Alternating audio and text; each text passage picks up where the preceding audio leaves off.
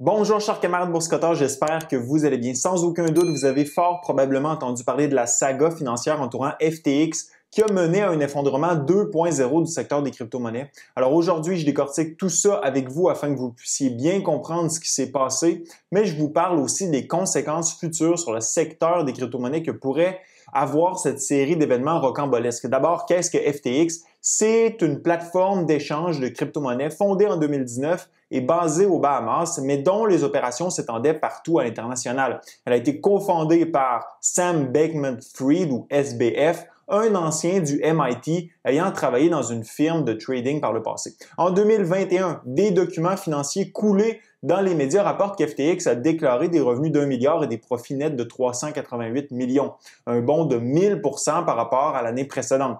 La valorisation de l'entreprise a littéralement explosé au cours des 3 dernières années, passant d'1 milliard en 2020 à 32 milliards au début 2022. Comme vous pouvez voir, ce qui semblait être l'opportunité du siècle s'est transformé en véritable cauchemar financier pour plusieurs investisseurs. La plateforme d'échange FTX avait une croissance rapide et son cofondateur et CEO SBF voyait grand. Stade de sport à l'effigie de FTX, contrats promotionnels avec des vedettes du sport, publicité durant le Super Bowl, FTX était partout et SBF avait certainement l'ambition d'en faire la première plateforme d'échange de crypto-monnaies au monde et d'amer le pion de son grand rival Binance. Malheureusement, après les faillites de Terra Luna et Do Kwon, Three Arrows Capital et Zusu, Celsius et Alex Mashinsky, Voyager Digital et Stephen Ehrlich, c'est maintenant au tour de FTX et Sam Bankman-Fried de passer à la guillotine. FTX a déclaré faillite et SBF est passé d'une fortune personnelle de 16 milliards à 0 $ en quelques heures. Mais comment SBF et FTX ont pu en arriver là en si peu de temps? Pour bien comprendre, il faut remonter quelques jours en arrière lorsque CoinDesk a publié un article coup de poing détaillant la structure financière d'Alameda Research, une firme de trading fondée par SBF en 2017. Au bilan d'Alameda, sur les 14,6 milliards d'actifs, on comptait 5,8 milliards de FTT, dont environ la moitié était utilisée comme collatéral contre des prêts. Ce que vous devez comprendre, c'est que ce jeton FTT est un altcoin créé par FTX qui donnait aux utilisateurs de la plateforme d'échange FTX divers avantages en plus de réduire leurs frais de transaction. Plus ils en détenaient, plus leurs frais de transaction étaient bas. FTX s'engageait en retour à racheter des FTT hebdomadairement pour en réduire la quantité sur le marché et ainsi participer à faire monter son prix. Essentiellement, l'entreprise de trading de SBF était un colosse au pied d'argile dont la stabilité financière dépendait de la valeur d'un jeton créé de toutes pièces compte tenu qu'elle avait des prêts dans les milliards de dollars adossés au FTT. Par ailleurs, FTX a prêté à Alameda Research la moitié des fonds des utilisateurs déposés sur la plateforme, soit environ 8 milliards de dollars, pour que la firme puisse l'investir dans toutes sortes de projets DeFi et crypto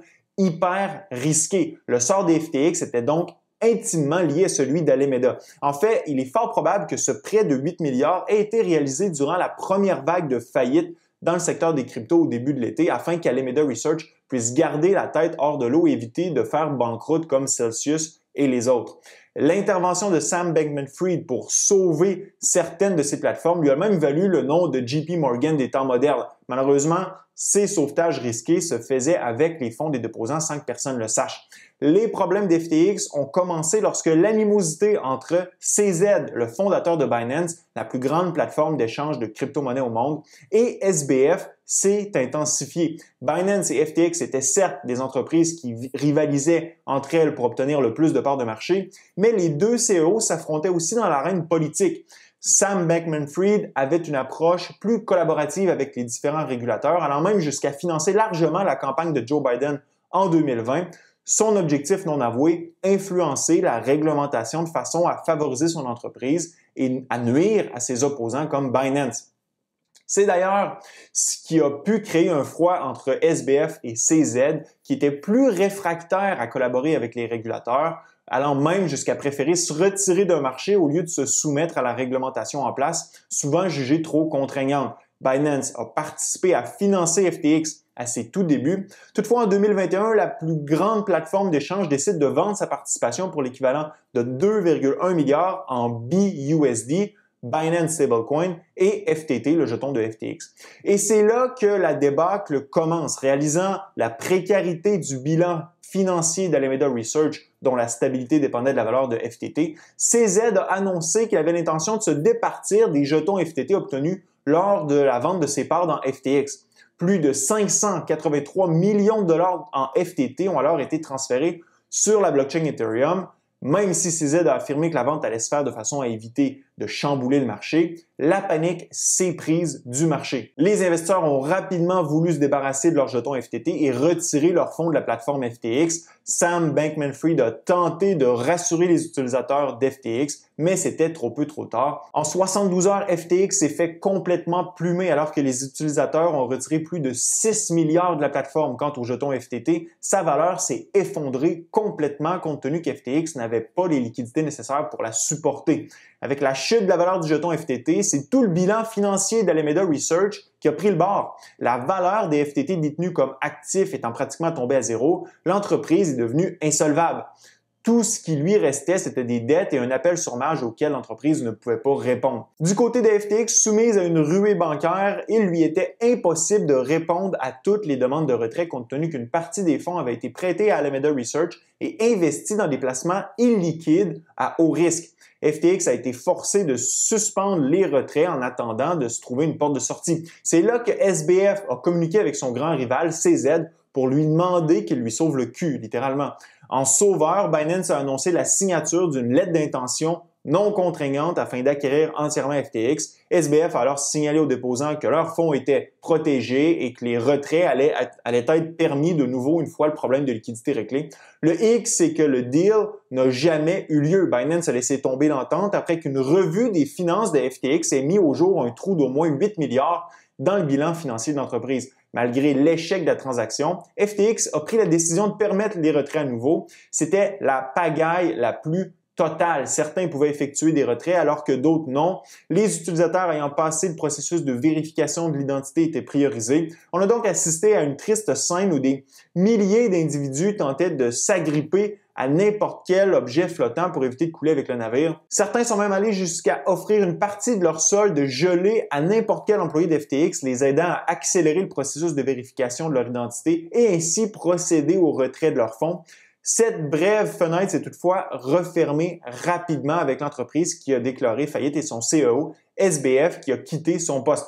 Encore une fois, des milliers de déposants ont perdu des millions, sinon des milliards de dollars. Le brouillard commence à se dissiper et les plus récentes informations laissent croire qu'un mécanisme frauduleux avait été mis en place pour pouvoir modifier les rapports comptables de l'entreprise à l'insu de tous. FTX était utilisé pour littéralement voler des fonds aux déposants.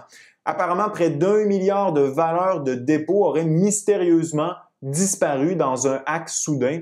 Le nouveau CEO de FTX recommande même de supprimer l'app qui serait devenu un malware utilisé pour dérober les fonds des déposants. À la lumière des plus récentes informations, tout indique qu'Alameda Research et FTX étaient deux parties d'un même tout structuré à la manière d'une pyramide de Ponzi. Des documents de sollicitation datant de quelques années font état de prêts garantis à 100%, offrant un rendement garanti de 15%.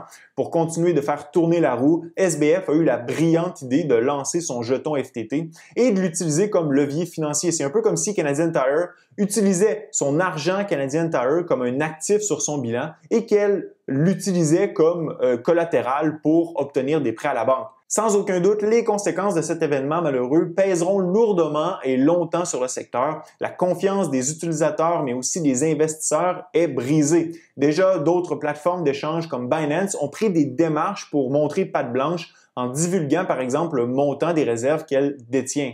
CZ, voulant éviter que la panique s'empare aussi de Binance, a été très volubile sur Twitter afin de critiquer FTX et ainsi tenter de s'en dissocier le plus possible. La chute de FTX a des répercussions qui vont au-delà de la centaine d'entreprises enregistrées par SBF et son équipe. D'autres plateformes comme BlockFi, qui avaient bénéficié d'un sauvetage par FTX plus tôt cette année, se retrouvent en banqueroute aussi. Plusieurs firmes d'investissement de renom telles que Sequoia et le régime de retraite des enseignants de l'Ontario, mieux connu sous le nom de Ontario Teachers, ont perdu des dizaines, voire des centaines de millions après avoir investi dans les rondes de financement B et C d'FTX, alors que l'entreprise était valorisée jusqu'à 32 milliards.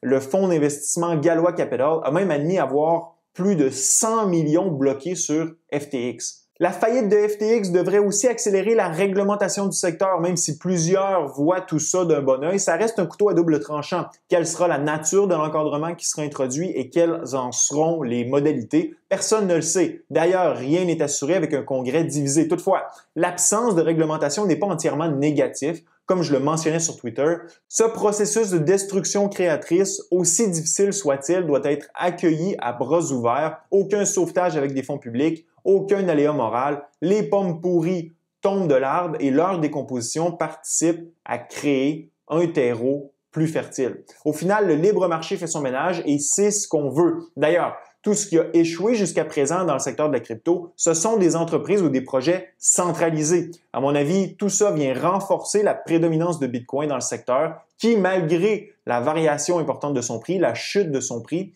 continue de bien fonctionner à travers tout ce chaos. Puis pour ceux qui ont perdu des fonds dans l'affaire FTX, j'espère qu'ils auront enfin appris la leçon.